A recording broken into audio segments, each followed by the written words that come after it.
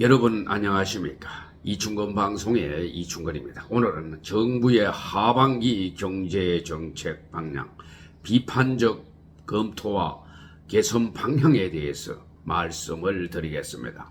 정부는 7월 4일 청와대 영빈관에서 윤석열 대통령 주재로 제18차 비상경제 민생회의를 개최하여 올해 하반기 경제정책 방향을 확정 발표했습니다.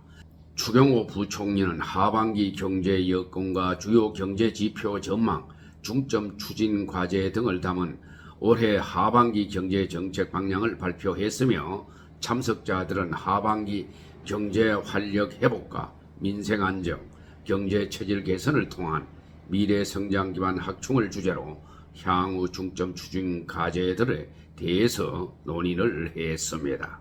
정부는 올해 하반기 경제정책 방향에서 올해 성장률을 당초 1.6%에서 1.4%로 하향 조정했으나 하반기 성장률은 상반기 대비 2배 수준 반등할 것으로 전망을 했습니다. 또한 물가는 상반기 4.0%에서 하반기 2.6%로 둔화되어 연간으로는 3.3%를 기록할 것으로 전망을 했습니다. 한편 하반기 경제정책 방향은 연간 경제정책 방향의 큰 틀을 일관성 있게 유지하면서 첫째, 경제활력 제고, 둘째, 민생경제 안정, 셋째, 경제체질 개선, 미래 대비 기반 확충 등에 중점을 두고 추진해 나가기로 했습니다. 먼저 경제활력 제고를 위해서는 거시금융관리 강화, 수출 투자 촉진, 지역경제활력 제고, 내수 활성화 등을 꼽았고, 민생경제 안정을 위해서는 물가 생계비 부담 경감, 주거 안정, 일자리 확충, 약자 복지, 취약계층 지원 등의 시책을 제시를 했습니다. 경제체질 개선을 위해서는 과학기술 첨단 산업 육성, 구조개혁 가속화, 경제와 구제 혁신, 공정 상생 촉진 등의 시책을 추진하고 미래에 대비 기반 확충은 저출산과 고령화 대응, 국제연대와 경제안보 강화, 기후와 에너지 위기 대응 등을 제시했습니다. 정부는 3대 중점 과제 및 중장기 과제 추진을 통해서 자유시장 경제 복원과 글로벌 선도국가 도약 기반을 마련해서 국민 체감 성과 창출에 주력하겠다고 밝혔습니다.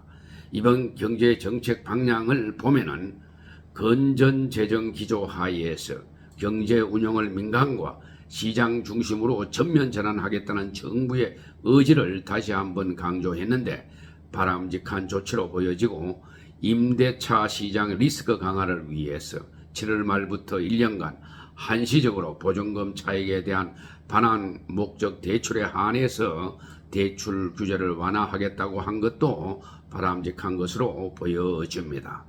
다주택자 양도세 중과 폐지 카드도 고려 중인 것으로 전해지고 있는데 부동산 관련 규제 완화로 경기 연착률을 깨하는 방향도 검토할 필요가 있습니다. 그리고 전체 내용을 훑어보니 올해 350억 달러 해외 수주 달성을 위한 전방위적 지원과 벤처 활성화 3법 추진 및 제도 개선, 전세 사기 피해자 지원 특별법이 6월 1일부터 시행이 되는데 이를 통해서 피해자의 신속한 일상 회복을 위한 금융 지원 프로그램 운영, 글로벌 클러스터 구축, 15개 국가 첨단 산업벨트 적기 조성을 위해 사업 타당성 확보 지역부터 금년 내 예타 신청을 추진하고 신속 처리하겠다고 하는 사안, 3대 개혁인 노동개혁과 교육개혁, 연금개혁의 본격 추진 등의 사업은 바람직한 것으로 생각이 됩니다.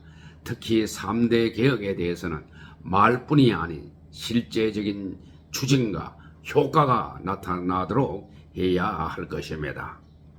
이번 경제정책 방향을 비판적으로 검토하면서 보완해야 할 방향을 제 나름대로 정리해 보았습니다. 첫째, 건전 재정 기조를 유지하겠다고 한 것은 바람직하지만은 문정부 5년간 크게 증가한 국가 채무 D환이 약 400조 원 이상이나 증가했는데 향후에도 계속 증가할 것으로 전망이 됩니다.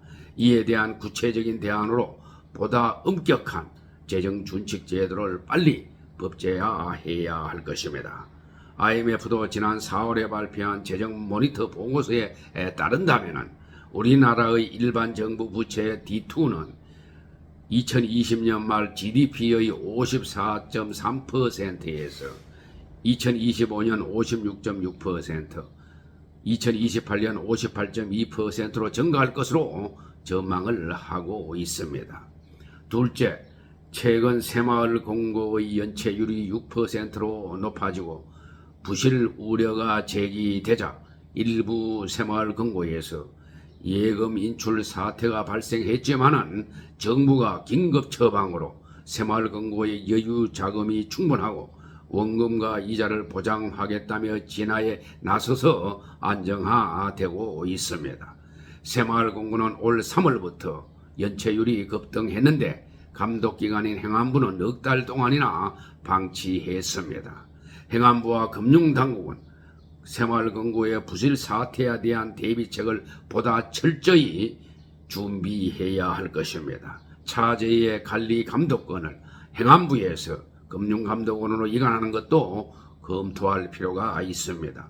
전문성이 떨어진 행안부보다 금융당국이 감독체계를 가져가야 한다는 지적이 맞다고 봅니다.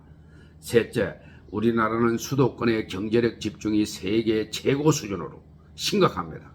일본의 동력 집중보다도 더 심각한 실정입니다. 따라서 수도권의 경제력 집중 완화 방안을 구체적으로 제시하고 추진해 나가야 할 것입니다. 또한 최근에는 전세 입주자의 피해가 심하다고 하니 이의 개선을 위한 대책도 보다 강화해서 추진해 나가야 할 것입니다. 넷째, 2022년 3월부터 최근까지 16개월간 무역 수지가 계속 적자를 보였는데 이의 개선을 위한 노력도 해야 할 것입니다. 러시아와 우크라이나 전쟁, 반도체 경기 하강, 중국의 경제 회복 지연 등 대외 여건이 어려운 점도 있겠지만 수출 정대 확대 전략을 개최해서 매월의 수출액을 점검해 나가야 할 것입니다. 아무튼 미국과 중국 등 주요국들은 글로벌 경제 패권 전쟁에서 자국의 전략 산업을 보호 육성하기 위해서 입법과 정책으로 총력 지원을 하고 있습니다. 그러나 우리나라 정치권은 저성장의 늪에서 탈출하기 위한 대책을 함께 고민하기는커녕 국정 발목 잡기에 급급해서 오히려 경제 위기를 부채질을 하고 있습니다.